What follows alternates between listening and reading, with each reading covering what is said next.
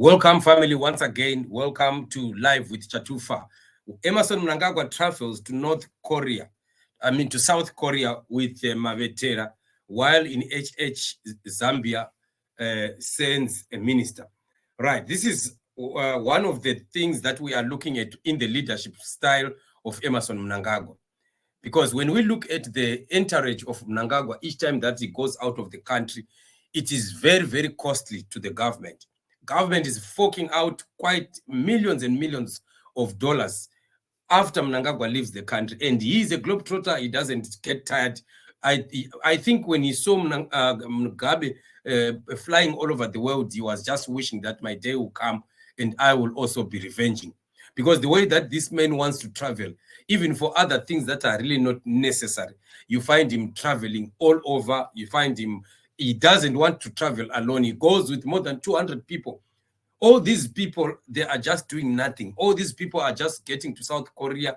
They start getting drunk. They start, booking hotels, just flashing out government money. That's exactly what happens. You remember what happened at Glasgow?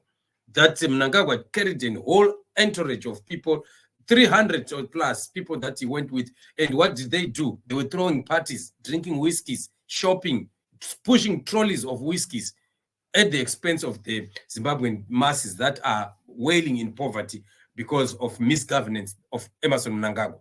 So it is so surprising that for such an event, other countries like Zambia, they send a minister to go and do that. But in Mnangagwa's case, he goes with the minister himself and goes again himself.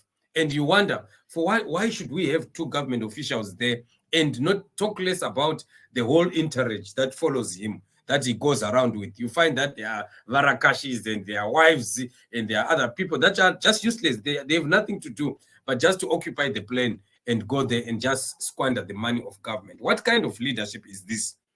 This is why we always find this government being broke. When this government needs to do something, it can't, because every time the money is just being put to wrong use. In Zimbabwe, the coffers of government, they are always being squandered in the wrong places. Money is never properly used in the ministries to reach out for social services to the people of Zimbabwe. This is why Zimbabwe is like what it is today. While we see other countries becoming better and better, we are sinking deeper and deeper. And one thing that is so painful about it is how Varakashi make noise about it. Varakashi will always make noise about nothing. And since when have we started to hear Mnangagwa talking about engagement and engagement and engagement ever since he came? But we have never seen anything that is materializing. This Derek Goto is one of those Varakashis, those big Varakashis. And look at how he's celebrating the traveling of Mnangagwa, of which he does not even understand what really is happening. Since when has Mnangagwa been flying all over, and did we ever see any positive result from all the flights that we have seen him taking? The other time he traveled and he came back telling that whole group that was waiting at the airport that Tony Blair, was it the British president, smiled at me and he extended his hand and he greeted me. That was what he was explaining to those people. Just imagine, what is that? What really is that? Will you really go as far as the United Nations or go to Glasgow or wherever, and then you come back and all that you have to report back is that you had the British Parliament, British Prime Minister smiling at you and shaking you and squeezing your hand?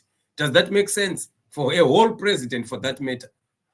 So look at this one. This Murakashi saying His Excellency Edi Mnangagwa met with His Excellency President Hong Suk Yeol at the presidential office in Seoul, South Korea, to discuss bilateral matters. President Mnangagwa was accompanied by Minister F. Shawa, Minister M. Ngube, Ambassador Stuart Nyakochko. He's not even mentioning Mavetera. Mavetera is also there. And look at what he writes here: engagement and re-engagement. What is that? Ever since we have heard Mnangagwa talking about engagement, have we ever seen anything coming out of it? What really have we ever seen coming out of it? From the time that they've always spoken about this issue of engagement and engagement and engagement, Zimbabwe still remains the same. Zimbabwe remains poor. Zimbabwe remains suffering. Nothing is moving. Economy is plunging worse and worse every day. And yet they continue to shout engagement. And yet this engagement is not producing anything at all. So what is the reason for him to continue traveling with all that entourage? And at the end of the day, nothing is working out at the end of the day. The Minister of Tourism is supposed to be also, just going with the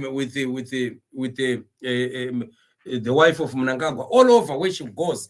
She will have to be touring around with the Minister of Tourism, Barbara Rhodes. What is Barbara Rhodes doing in other things that this family is trying to make their Mafidi dynasty with, instead of her attending to some other things? So you can see that ZANU-PF does not really have people that are serious in what they do. All these so-called ministers, they are doing nothing. All they do is to hero worship, hero praise, and to bootlick the Mnangagwa family. That's all. And they know that Mnangagwa does not want competence. Mnangagwa wants bootlicking. If you come to Mnangagwa and you want to work with him and you are talking about competence, you won't get the job. If you are talking about, the qualifications that you have, you won't get the job. But if you are prepared to bootlick him, you'll be able to get any position that you want. And this is now what is happening in the country. That's why we are seeing now big men bootlicking Wikno Chivayo to get cars bought for them. Everyone is just singing Wikno. People must go to work, Zimbabwean men, and earn your own money and stop begging these thieves. This money that you want to take, it will not just come without a cost. These monies that you are salivating for, that money is going to bring serious problems into your lives, in the lives of your children. That's blood money. And that money is attached to some cases. You don't just receive money, because you receive it together with some spirits that you will never be able to overcome. So this greed and wanting to be flashy, and wanting to show off that you have this or you have that, the material things of this world will not help us at the end of the day. And this is what ZANU-PF is trying to cultivate into our people, to be greedy for things and instead destroy the work ethics, destroy the culture of working, so that people can just get things for free. But that destroys the country, because the country will not move. This is why we need a free Zimbabwe. This is why we need to continue standing for a free Zimbabwe. Zimbabwe must be freed. We need to have a mentality of people that are ready to work.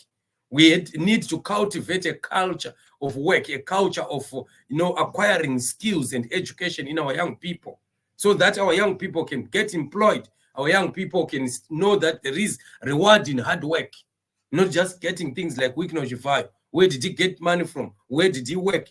Which company does he have that is progressive? And how many people does Wikno employ? Can't he just show us the people that are saying we are employed by Wikno Chivayo at his company? Nothing, zero. But he continues to have millions and millions being given tenders, yes, here and there. Right now, they are fighting with Mike Shimombe over some tenders that was miscellaneously handled by him, and he had to scoop it from them. And now they are fighting, writing letters and trying to sue each other and things like that. We saw him now being given the Starlink deal again by Mnangagwa, all just because Mnangagwa is just fronting Wikno Chivayo. Wikno Chivayo is just a front of Mnangagwa. That's why Mnangagwa is granting him all these that he's giving to him. But at the end of the day, it does not help the country. It continues to cause the country to go down. So this is the situation and the scenario that we are facing in the country. We definitely need new leaders. We need a new country. We need a new Zimbabwe. Let's continue fighting and putting pressure to make sure that our country gets freedom from ZANU-PF. South Africans have done it. ANC is down. We can also do it. Let us push until the freedom of Zimbabwean people comes. Thank you, family, for joining me on the show. Subscribe, like, and share, and continue to support this platform. As for now, I sign out. We shall be meeting